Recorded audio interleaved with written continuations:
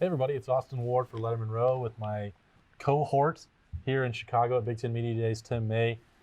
It's Lettermen Live, brought to you by Buyers Auto. Special edition here from the Windy City, and it was not nearly as newsworthy this year for Ohio State here at the Hilton Chicago as it was a year ago, but a lot of information from an hour and a half with Ryan Day, an hour with Jonathan Cooper, Jordan Fuller, and KJ Hill. If you had one takeaway, Tim, from what we learned today about the Buckeyes, what would it be? That the quarterback position is not settled, even though you pressed Ryan Day on that issue, even though I'm not going to – I do believe the quarterback position is settled myself, as you do, but until the head coach says Justin Fields is the quarterback, well, how are you going to argue with that, you know? But, you know, past that, I mean, it's really funny at the end of the day, me and Doug LeMaurice, we had an interesting conversation with Jordan Fuller about whether athletes should get paid, you know, or at least the image and likeness situation. And I wrote about that. It'll be on our website, Lettermen Row website. But he and KJ Hill had some interesting things to say about it. And that to me was as interesting as anything else I heard today, except for the opening line from Scott Frost. Yeah. Who said that you know they had trouble getting here and that they were in a Gurney hotel trying to sell a little planes, trains, and automobiles. Yeah, trying to sell shower curtain rings. That's what I mean. I go, man, I can hang out with that guy a lot. Yeah, that was kind of a deep. I think he watches the same movies I watch. Yeah. So it's funny. We just talked about this. But wait a minute, let me interrupt you. But Ryan Day also admitted he watched Seinfeld, you know, long ago. So he and I could also hang out. That's right. I mean, also. Don't mess up what Urban Meyer used to watch in his basement. You know, it worked for him. So keep the Seinfeld going. But yeah, the exact quote there from Ryan Day was that Justin Fields had not earned the job yet. And like I said, it's funny. We were just talking about that on the podcast. It's Ohio State and quarterbacks. We're never going to stop talking about it. It's one of the most important high-profile positions in the entire country. Yes. So yeah, I mean, I really just wanted him to say it because you and I both get these questions all the time. Well, why doesn't he just name him the starting quarterback? Well, that was Ryan Day in his own words. He's got to go out there. He'd like to name a starter, he said, by 2 weeks into camp. I think everyone in the world knows who it's going to be. But until Ryan Day says that he's the vote that counts. Now, in the same breath, he'd come back and say he's got the physical ability, he's got the arm, he's got the accuracy, he's got the intelligence, and he gushed about the physical tools. Of course, yeah. And that's obvious stuff. And it's not like saying the sun is hot. You know? But it's not like, you know, and that's not happening for Gunnar Hoke. No offense to him. Right. It's not going to happen for Chris Jugganoff, who we touched on him the other day, Tim, and he was like, he was kind of in the background. He named Hoke and Fields as the guys that were going to duke it out, which, again, is not a huge surprise. But, you know, when Day says it, that's the stuff that you have to take. Yeah. And that's all we can report. You know? Like you said, if you just look at the last several Big Ten offensive players of the year and things like that, the quarterback at Ohio State is a huge position. It's kind of like knowing who's going to fly the airplane, you know. And you don't want to get on there with an amateur. See what I'm goes. All these guys are amateurs. Yeah, that's right. Excuse me. Yeah, we were just talking about they're not being paid yet. This is the last bastion of amateurism is the NCAA and college football. But I digress. The bottom line is, you know, Ryan Day also hit on a truism. You know, preseason camp starts. You know, you don't know what's going to happen. Mm-hmm. I mean, we all remember way back when Braxton Miller suddenly decided to test his arm, and his shoulder popped out, and that was that. 10 days. The JT Barrett era was born. Mm-hmm. So there are all kinds of things that to keep your eye on. But yeah, that's the one thing about Ohio State. The number one question.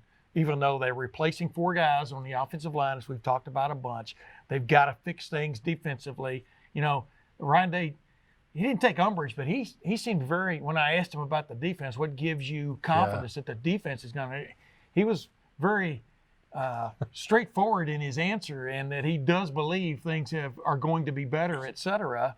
And not that he was offended by the question, but he knows that they were the most gashed Ohio State defense in history last year. That has to be fixed, that has to change. But yeah, the number one question is who's going to be the starting quarterback. All he's replacing is the most prolific single-season passing quarterback in Big Ten history. No big deal, right? No big deal. I thought it was interesting when Day answered your question about the defense, because I would use the word forceful, that he was not worried. He wasn't losing sleep. He said he would go into these staff meetings with the defensive staff and say to Jeff Hafley or Greg Madison or Al Washington or Larry, what more do you want? Ohio State's defensive line is perhaps as deep and talented as any in the country. Yeah. They've recruited very well at linebacker. We know there were issues a year ago with performance and scheme. I tend to think it was more scheme. And there's no question that in the secondary, they've recruited better than anyone else in the country. And so that's sort of Day's message to you. It was Day's message to his defensive staff at Ohio State. That his message to his defensive staff basically was, you've got to do it. You've got the raw material to be good. You don't have to be over the top from a complexity standpoint, et cetera. I think we've gotten that point from talking with Greg Madison, Al Washington, and all those guys during the spring and since then.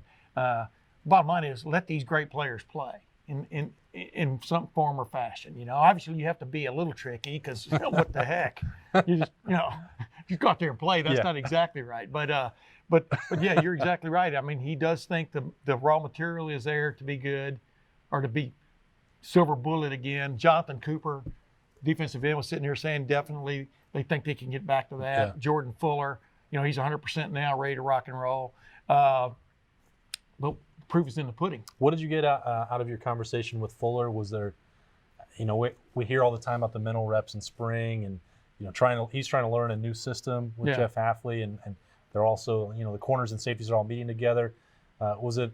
Do you view it as a problem that he missed the spring? Is he on track? What did you take away? I took away that, they've got him kind of penciled in as, for want of another term, the free safety in this defense to start with. I think he would like to be involved in maybe some other aspects as it goes. That hybrid position that they've brought in, the bullet. The bullet, yeah. I asked him whether he could see himself playing that, and he kind of hedged about that, because obviously there are other guys in line there. But I think that's going to be an interesting position to watch, especially, for example, Brendan White is the heir apparent, not the heir apparent. He's the step-up guy for that spot because it kind of fits what he's all about, a tweener guy physically. But Jocelyn Went had one of the great, he had a great spring game. Yeah. And I guess he had a pretty damn good spring because his name kept coming up. We all kept looking at each other, wait a minute, isn't this the guy that couldn't take any angles, had a shot and didn't missed, for want of another term, last year on the big stage? Well, I mean, his confidence has come big time. So, I think Jordan Fuller sees himself now as the way they want him to see himself as the leader back there, the guy that's going to get some people lined up. And as he kind of twinkle in his eye, being the free safety means you can play the quarterback. Yeah. And he's very fired up about that. It was an interesting way he talked about it. He was like, I'm one-on-one with the quarterback, and he liked that challenge. The other thing that was interesting, I was trying to float around a little bit, but I kind of laughed and joked with Jordan Fuller here on Lettermen Live, brought to you by Buyers Auto, that I said, well, who's somebody that we're not talking about that can help Ohio State on defense? And the first name he said was Isaiah Pryor. So it's similar to what you were talking about with Jocelyn Went, a guy that did not run with that opportunity a year ago at safety. Josh Proctor, a guy that we have seen absolutely flash his athleticism in spring camp. All of the cornerbacks, he just basically named everyone on the roster. I said, well, what are you going to do? You're going to play 11 guys in the secondary? I don't think it works that way. Yeah. Not everyone's going to get on the field, and I think it does speak to that raw material conversation that Ryan Day was having about the defense, that if you can't find a way with 3 really good corners and then 3 more that are freshmen and sophomores that are pushing, if you can't figure out what to do with Brendan White in that bullet, which I think they do know what to do, and a healthy Jordan Fuller back as a senior, and Proctor, Pryor, and Went, I mean, you're not going to be able to do it with anybody if you can't do it with those 10 people. Right. I mean, like I said, they've got the raw material. The other interesting thing that Ryan Day kind of brought up today, and then when asked to sort of like explain himself or reiterate a little bit, he left it pretty obvious that there's competition for the starting middle linebacker job, or Mike linebacker job. And Tuff Borland, of course, is returnee there. He missed the spring because of recovering from injury. But we all know Taraja Mitchell. I mean, 2 guys that stood out to me repeatedly on the defensive side when we got to watch during the spring were Taraja Mitchell and Josh Proctor, one of the safety guys we're talking about. See, I think Josh Proctor is going to figure in the plans. I mean, bottom line is they've said they're going to play the 11 best guys, whoever they are, and because you got Jeff Hafley sitting there. He's from the NFL, most recently. Yep. But he has a clean slate on everybody. He owes no one anything. I almost used a double negative. He owes no one nothing. He owes no one anything as far as an allegiance standpoint. Show it to me now. And that's one of the best things that can come when you change that many guys on your defensive staff. 4 guys when you go right down to it with Matt Barnes. Yeah. And that it is a clean slate for everybody. Everybody knows it, and the best player will rise and play. So we'll see if that follows out. Offensive side of the ball, I would say a couple names that I heard for Ohio State today. Ryan Day, pretty much unprompted, brought up Jeremy Ruckert, trying to get there. I think that's a situation where they can get really creative because I like Rashad Berry, what he brings with versatility. And I think Luke Farrell kind of gets short shrift in the attention department. They like him. Those are 3 good tight ends. But Ruckert is the name that came up there. Jonah Jackson got a ton of praise coming in for his summer workouts. He's not been through a full practice yet. But one of the reasons he did is because he got asked about him about 5 times. I mean, that's one of those things, who are you talking about? Well, he talking about Jonah Jackson because I asked about Jonah. Yeah, but you're right. I mean, I didn't ask. But Jonah Jackson is instant depth. No matter what, right. He should be instant depth.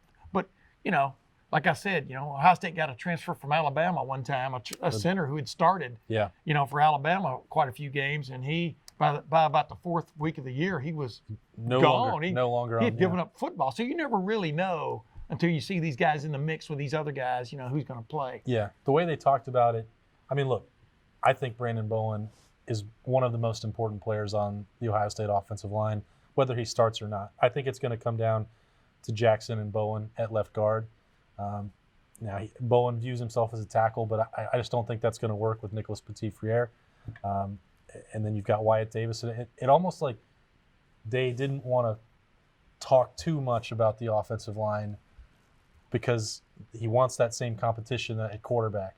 But I think you can kind of see that there's the only real battle in my mind is at left guard. When I asked Jonathan Cooper, who is a guy from that offensive line that's caught his eye, spring and then since spring with who he named? Josh Myers. Josh Myers, okay. I mean, there's a guy no one's really talking about. Harry Miller's coming in, a highly touted freshman, 5-star freshman, but Josh Myers has found his spot, or they found it for him. Yeah. And we all know he's intelligent. Right. I mean, think about that's a 4- and 5-star offensive line. I'm talking about from a recruiting standpoint. Yep.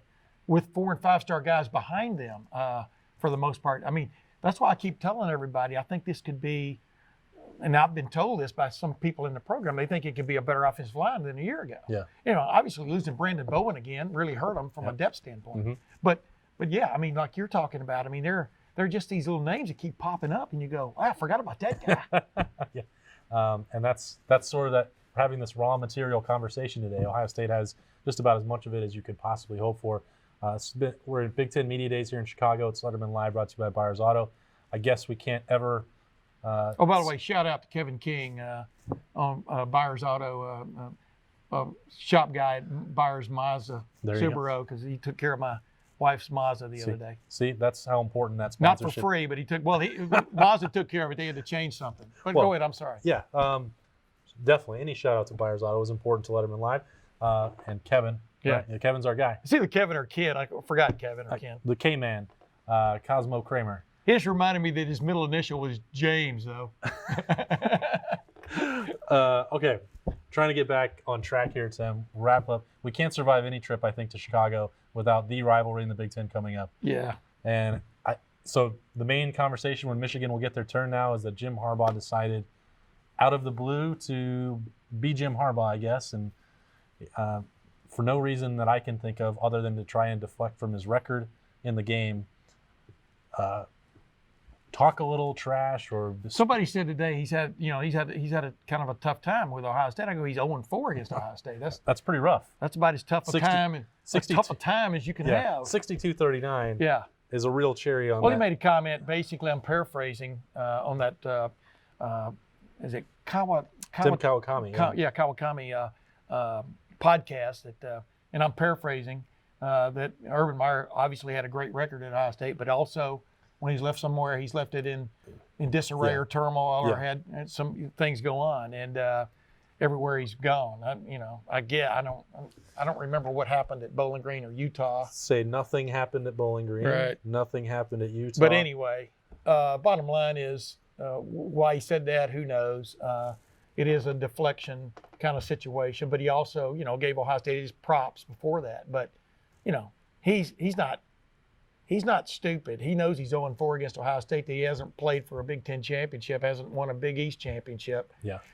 Big East, Big Ten East. The Big East. And we all know it too, and he knows we all know it too. Yeah. So. And that was going to be the main talking point for him tomorrow, was he's got to do an hour and 15 minutes of media availability, and it was going to be 0-4. It was going to be the record against Michigan State. It was not winning the East.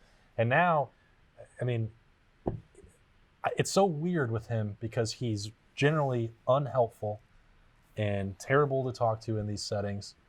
And it was like he didn't want to deal with it, so he threw something else out there. But you know what? Here's what I give him credit for. He threw something out there. Yeah. I mean, but most of these guys don't throw anything out there. If they were fishermen, they'd all go home with no catch unless the fish are jumping in the boat. I mean, he threw something out there. I guess I think it's just weird because of the timing. I'm not sure what we're going to get from him tomorrow that clarifies or anything that's going to satisfy or help anybody one way or the other. Obviously, Ryan Day said he hadn't heard about it and immediately turned to the next question today because he didn't want to be involved in it. Ryan Day, who I thought, acquitted himself quite nicely here from his first big-time appearance on this stage, at least the Big Ten Media Days, because obviously at this time a year ago, Urban Meyer was still the head coach at Ohio State. Right. And but yeah, what is Jim Harbaugh trying to get out of that? I guess maybe we'll find out tomorrow, but I doubt it. Yeah, it's just kind of weird because I don't see the value for that deflection. He's still going to get asked the same questions. He brings Urban Meyer into it. He's not coaching against Urban Meyer anymore. He missed his shot there.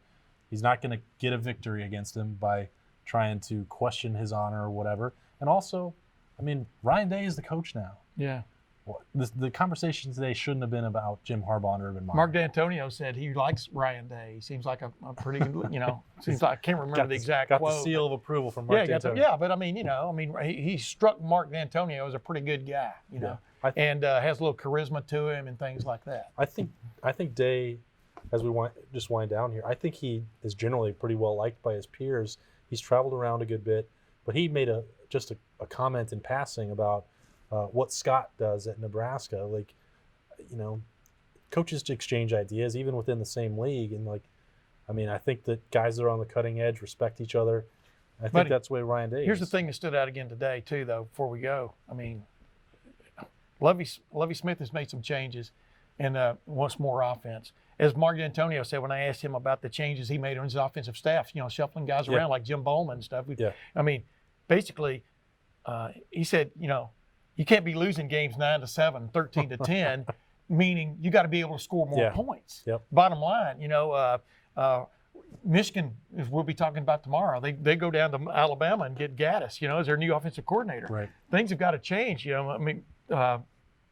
Points are what it's all about. And like Ryan Day was talking about with Scott Frost, that's 5 plays a minute if they can get them in. You know what I mean? Yep. I mean, he's not going to change that. I mean, Ohio State is always under Urban Meyer and with Ryan Day has had the ability to put their foot on the gas and go and stuff. And that's not necessarily what they're going to do all the time. Yeah. But that's what he was paying homage to a guy who definitely has made some waves in college football, Scott Frost, by doing it a certain way. And I think it's interesting how these guys, you can kind of get a feel for, they have scouted each other a little bit, already, and they know where they got to go with their program to keep up, so to speak. That's what I was talking with Lovie Smith.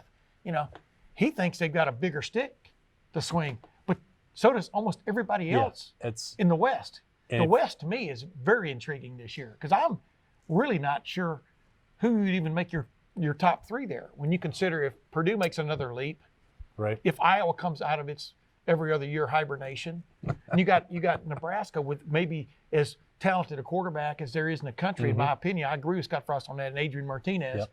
I mean, you saw him play most of the year last year with a bad knee. I mean, even against Ohio State. Yep. I mean, that PJ Fleck. Yeah.